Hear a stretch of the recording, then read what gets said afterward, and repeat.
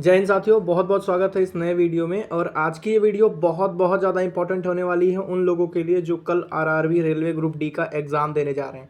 देखो, अगर अब भी ये लास्ट मौका है, हो सकता है ये वीडियो देखने के बाद आप एग्ज़ाम देने जाओ, और अगर सच में सरकारी नौकरी चाहिए तो एक बार ये 30 क्वेश्चन देख लो। और अगर आप लोगों का रिस्पॉन्स अच्छा रहा तो मैं अभी शाम तक एक और वीडियो लेके आऊँगा, 30 क्वेश्चन उसमें भी रहेंगे।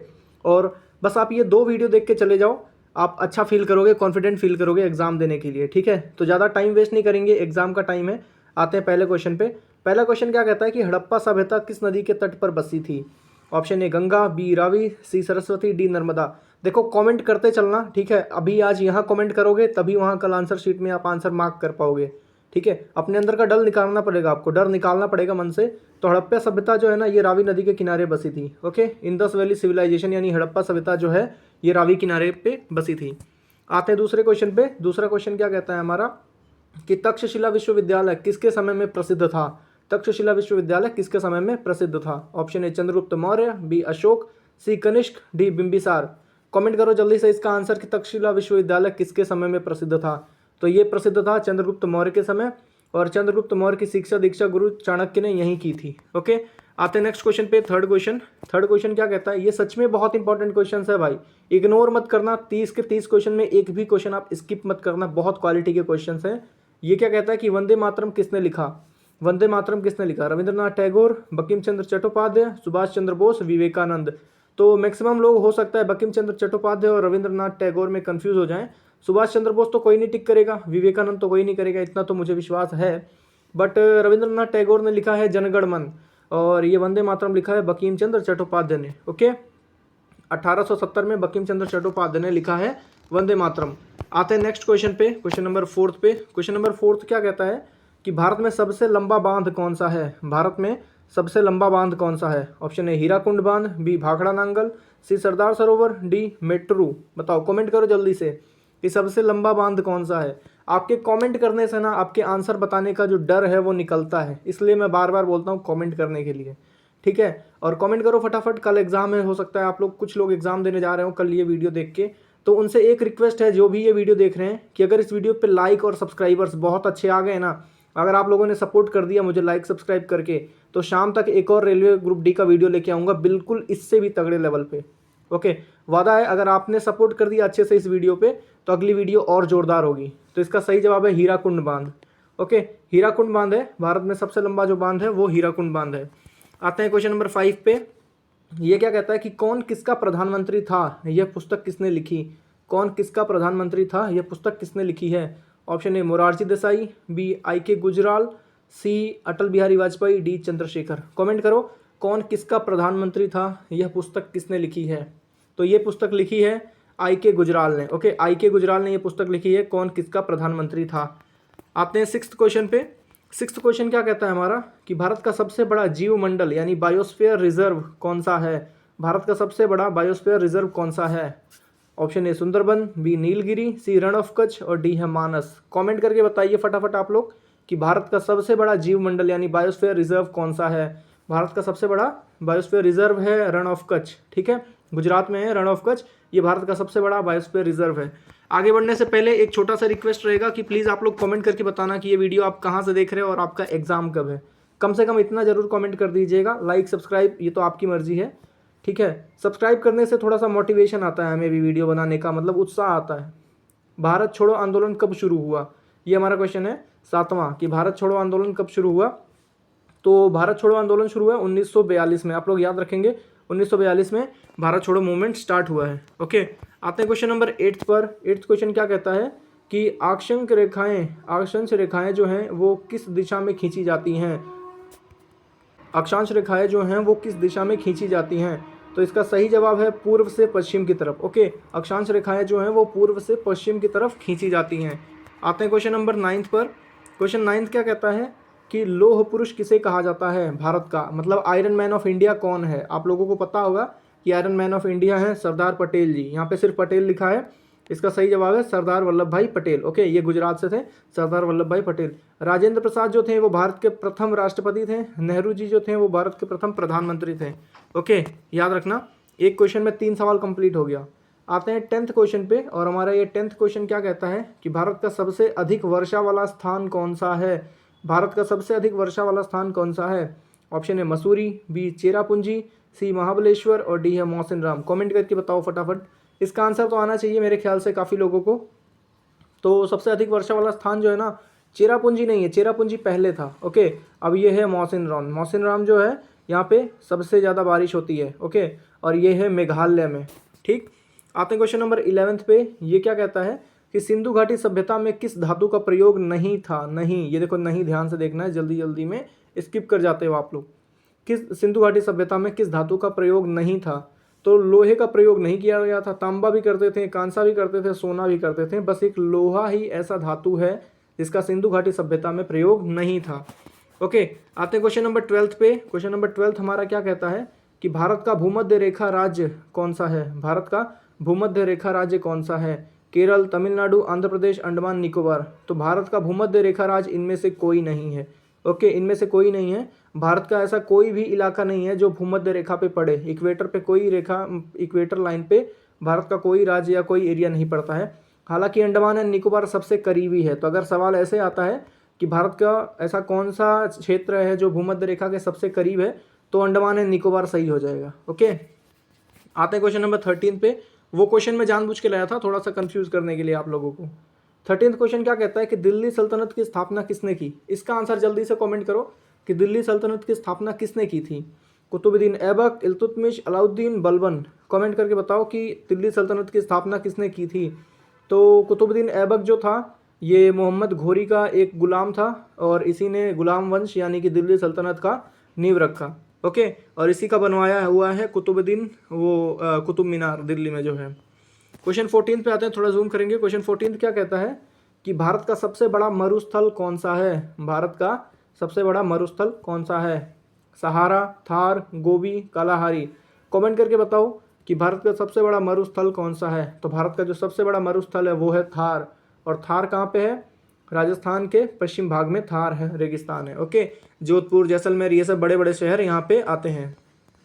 क्वेश्चन 15 पे आते हैं। क्वेश्चन 15 क्या कहता है कि अखिल भारतीय कांग्रेस की स्थापना कब हुई थी। अखिल भारतीय कांग्रेस की स्थापना कब हुई थी। 1881, 1885, 1890, 1895। कमेंट करके 15th का आंसर दो कि अखिल भारतीय कांग्रेस की स्थापना कब हुई थी। तो अखिल भारतीय कांग्रेस की स्थापना हुई थी 1885 में। ओके, 1885 में अखिल भारतीय कांग्रेस की स्थापना हुई थी। ओके, याद रखना ये इंपॉर्टेंट सवाल है, जितने भी करा रहा हूँ एक भी सवाल स्किप मत करना, और कमेंट करके ज़रूर से बता देना कि आप ये वीडियो कहाँ से देख रहे हो। लाइक सब्सक्राइब तो प्लीज़ कर देना, क्योंकि ये लाइक सब्सक्राइब एक तरीके से समझ लो ये वीडियो देखने का फीस होता है आप लोगों का। ओके, इससे हमें भी मोटिवेशन मिलता है ना वीडियो बनाने का, जिससे कि जब फॉलोअर्स बढ़ते हैं, सब्सक्राइबर्स बढ़ते हैं, लाइक आता है तो अच्छा लगता है।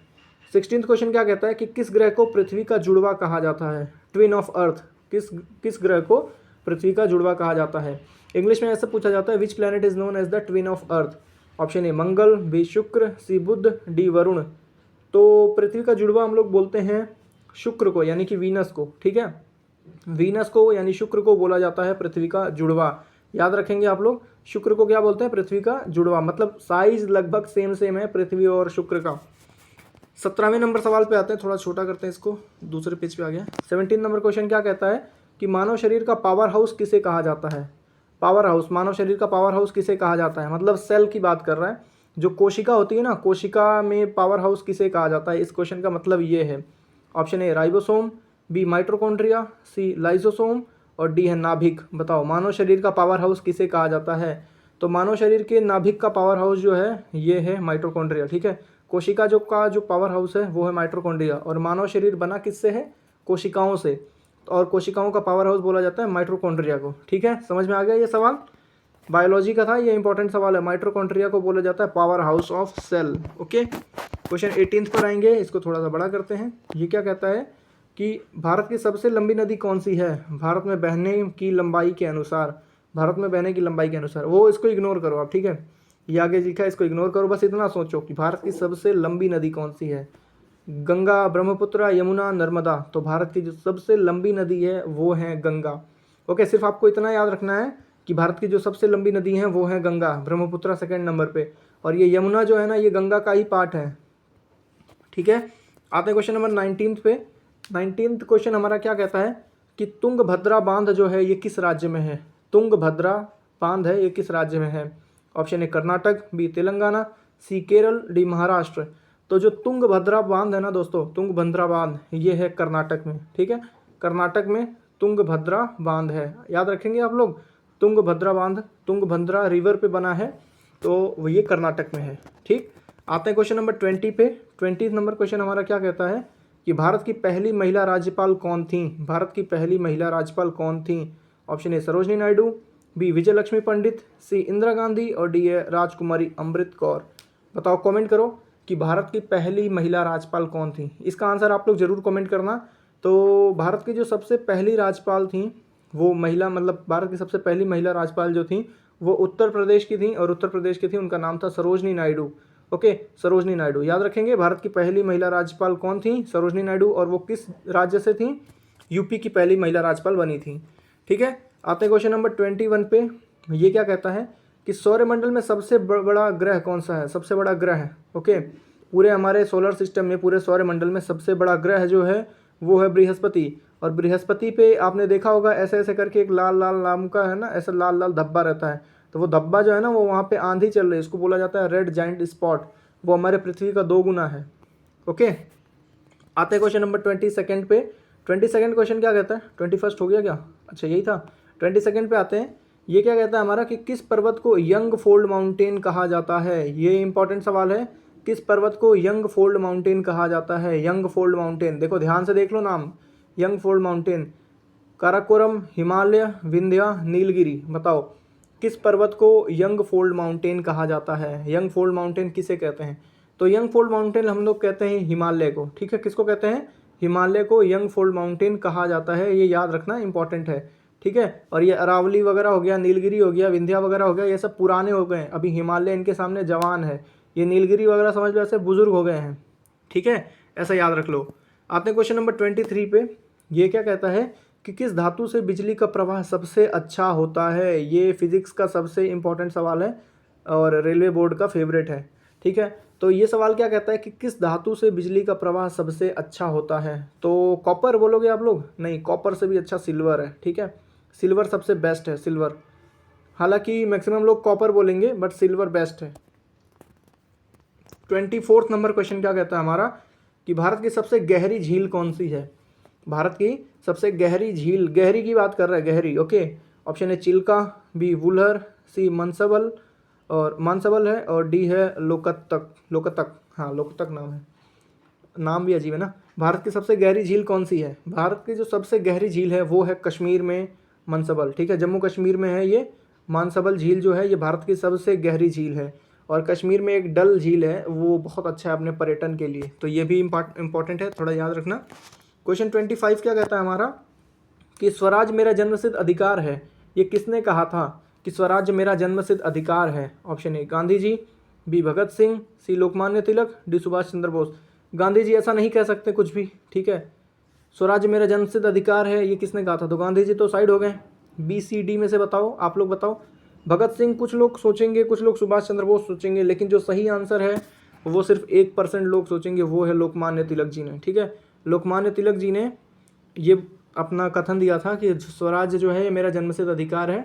ओके, आते हैं क्वेश्चन नंबर 26 पे, थोड़ा सा जूम करेंगे। क्वेश्चन नंबर 26 ये क्या कहता है कि दक्षिण भारत में किस नदी को दक्षिण गंगा कहा जाता है। दक्षिण भारत में किस नदी को दक्षिण गंगा कहा जाता है। जैसे उत्तर में गंगा है, तो ऐसे दक्षिण में किस नदी को दक्षिण गंगा के नाम से जाना जाता है, यही सवाल पूछ रहा है। Option A Kaveri, B Godavari, C Krishna, D Pennar. ठीक है, तो दक्षिण भारत में दक्षिण गंगा कहा जाता है गोदावरी को। ठीक है, गोदावरी को दक्षिण भारत की गंगा कहा जाता है। अरे यार ये क्या हो गया, गोदावरी को दक्षिण भारत की गंगा कहा जाता है। ओके, आते हैं क्वेश्चन नंबर 27 पे। 27 क्या कहता है कि मुगल शासन में सबसे पहले राजस्व सर्वेक्षण किसने शुरू किया। मुगल शासन में सबसे पहले राजस्व सर्वेक्षण किसने शुरू किया। Option A Babur, B Akbar, C Jahangir, D Aurangzeb. बताओ मुगल शासन में सबसे पहले राजस्व सर्वेक्षण किसने शुरू किया। तो सबसे पहले राजस्व सर्वेक्षण शुरू करने वाला कौन था, ये अकबर था। ठीक है, अकबर था। ओके, आते हैं अगले क्वेश्चन पे 28। ये क्या कहता है कि भारत का सबसे बड़ा मैदान कौन सा है। भारत का सबसे बड़ा मैदान कौन सा है? Option A Deccan, B Punjab, C उत्तरी मैदान, डी कच्छ। तो भारत का जो सबसे बड़ा मैदान है ना दोस्तों, वो है उत्तरी मैदान, जिसमें ये राजस्थान का कुछ पार्ट, एमपी का कुछ पार्ट, यूपी का काफ़ी हद तक, और बिहार का काफ़ी हद तक, बंगाल का, छत्तीसगढ़ का, ये सब पूरा जो हिस्सा आता है ना लगभग, ये उत्तरी मैदान के अंतर्गत आता है। तो ये भारत का सबसे बड़ा मैदान है। ठीक है, आते हैं क्वेश्चन नंबर 29 पे। 29 नंबर क्वेश्चन क्या कहता है कि किस स्वतंत्रता सेनानी को आंध्र केसरी कहा जाता था? आंध्र केसरी, किस स्वतंत्रता सेनानी को आंध्र केसरी कहा जाता था? Option A N Gopal Swami, B T Prakasam, C B Gopal Rao, और डी है श्री कृष्ण देवराय। बताओ, कमेंट करो 29 का आंसर कि आंध्र केसरी किस स्वतंत्रता सेनानी को कहा जाता था। तो आंध्र केसरी कहा जाता था टी प्रकाशम को। ठीक है, टी प्रकाशम को आंध्र केसरी के नाम से जाना जाता था। इंपॉर्टेंट है, थोड़ा याद रखेंगे। थोड़ा जूम करके दिखा देता हूँ, देख लो, टी प्रकाशम आंध्र केसरी। स्क्रीनशॉट लेना है तो बिल्कुल ले सकते हो। ओके, और आगे हम लोग लास्ट क्वेश्चन पे वीडियो का। भारत का पहला भूगोलवेत्ता किसे कहा जाता है? भारत का पहला भूगोलवेत्ता किसे कहा जाता है? Option A Varahamihira, B Kalidasa, C Megasthenes, और डी है क्षेमेंद्र। तो भारत का पहला भूगोलवेत्ता कहा जाता है हम वराहमिहिर को। ओके, वराहमिहिर, थोड़ा नाम टफ है, वराहमिहिर। ओके, भारत का पहला भूगोलवेत्ता। ठीक है, अब आप लोग बताओ 30 में से कितना सही किए हो? सवाल कैसे लगे, वीडियो कैसा लगा, मैं कैसा लगा? ठीक है, और आपका एग्ज़ाम कब है, कहाँ से ये वीडियो देख रहे हो, बस इतना कमेंट कर दो। सब्सक्राइब प्लीज़ कर लेना, क्योंकि आपके सब्सक्राइबर्स से पैसा नहीं कटता है खाते से, लेकिन इस साइड बहुत अच्छा लगता है, बहुत मदद मिलती है। चैनल ग्रो होता है जब सब्सक्राइबर्स और लाइक्स बढ़ते हैं वीडियो पे, तो बहुत गजब का उत्साह आता है वीडियो बनाने का। ठीक है, अगर इस वीडियो पे लाइक और सब्सक्राइबर बहुत अच्छे रहें तो मैं डेफिनेटली शाम को एक नया वीडियो लेके आऊँगा रेलवे ग्रुप डी का, जिसमें इससे भी अच्छे क्वेश्चंस रहेंगे। ओके, तो मिलते हैं बहुत जल्द। जय हिंद, जय भारत।